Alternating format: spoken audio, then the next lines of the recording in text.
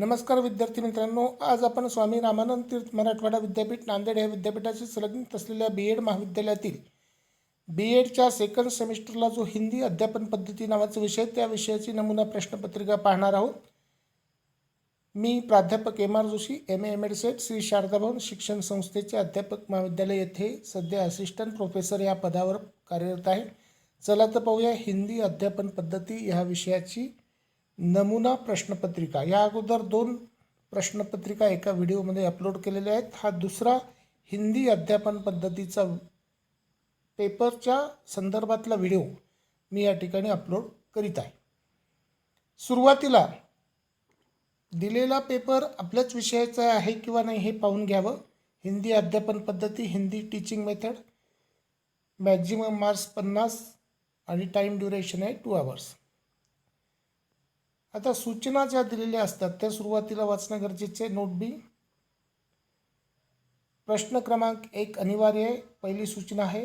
दूसरी सूचना, प्रश्न क्रमांक 2 से 4 में से कोई 2 के जवाब लिखिए।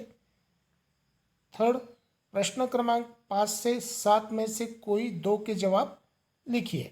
याच्यावरून आपल्याला लक्षात येते की प्रश्न क्रमांक 1 अनिवार्य आहे आणि 2 ते 4 मधून कोणतेही 2 प्रश्न तुम्हाला लिहायचे आणि 5 ते 7 मधून कोणतेही 2 प्रश्न तुम्हाला त्या ठिकाणी सोडवायचे।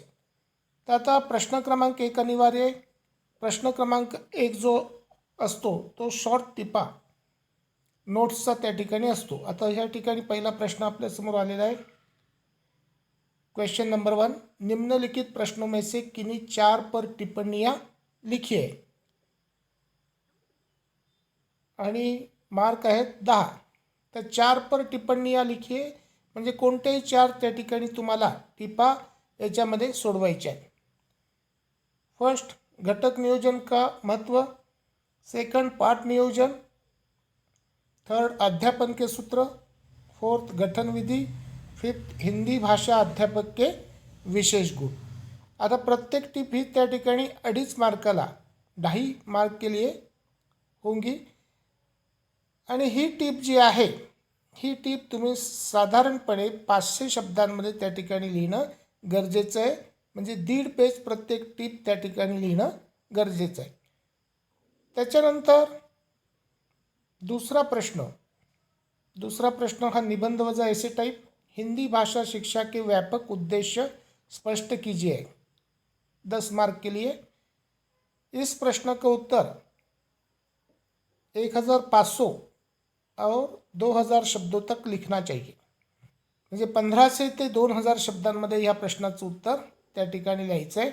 साधारणपणे 2.5 ते 3 पेजेस एका प्रश्नाचं उत्तर येणं गरजेचं आहे। त्याच्यानंतर तीसरा प्रश्न है, समन्वयात्मक पद्धति के गुण दोषों की चर्चा कीजिए, 10 मार्क के लिए। फोर्थ क्वेश्चन, हिंदी अध्यापक की योग्यता बढ़ाने के लिए आवश्यक उपक्रमों की चर्चा कीजिए, 10 मार्क के लिए। तर हे 2, 3, 4 हे जे 3 प्रश्न आहेत या ग्रुपमधले याच्यातले कोणतेही 2 तुम्हाला सोडवायचे। दुसरा सोडवा किंवा दुसरा तिसरा सोडवा किंवा दुसरा चौथा किंवा तिसरा चौथा। जे प्रश्न तुम्हाला इझी वाटतील आणि तुमचा अभ्यास झालेला आहे असे प्रश्न कोणतेही 2 तुम्ही त्या ठिकाणी या ग्रुपमधून लिहिणं गरजेचं आहे। एक ऑप्शनला आहे। त्याच्यानंतर 5वा 6वा 7वा याच्यामधून एक ऑप्शनला आहे। 5वा 6वा सोडवा किंवा 6वा 7वा किंवा 5वा 7वा। आता या ठिकाणी 5वा प्रश्न काय पहा, हिंदी ही राष्ट्रभाषा क्यों है, हिंदी भाषा का महत्व लिखिए, 10 मार्क के लिए ये क्वेश्चन है। 6th क्वेश्चन, हिंदी भाषा के अन्य विषयों के साथ समन्वय की विस्तार से चर्चा कीजिए, 10 मार्क के लिए है। और लास्ट क्वेश्चन 7th, शैक्षिक साधनों का वर्गीकरण बताते हुए अध्ययन में उसकी महत्ता लिखिए, 10 मार्क के लिए। तर 10 मार्कासाठी तुम्हाला त्या ठिकाणी या प्रश्नाचं उत्तर साधारणपणे 2.5 ते 3 पेजेस लिहिणं गरजेचं आहे। तर एकूण 5 प्रश्न सोडवायचे। टिपा द्यायचा पहिला प्रश्न अनिवार्य आहे।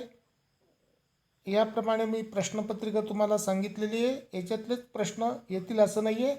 पण याच्याशी रिलेटेड तुम्ही जर अभ्यास केला तर नक्की तुम्हाला त्या ठिकाणी लिहिता येईल. Best of luck. Thank you. Subscribe करा, शेअर करा.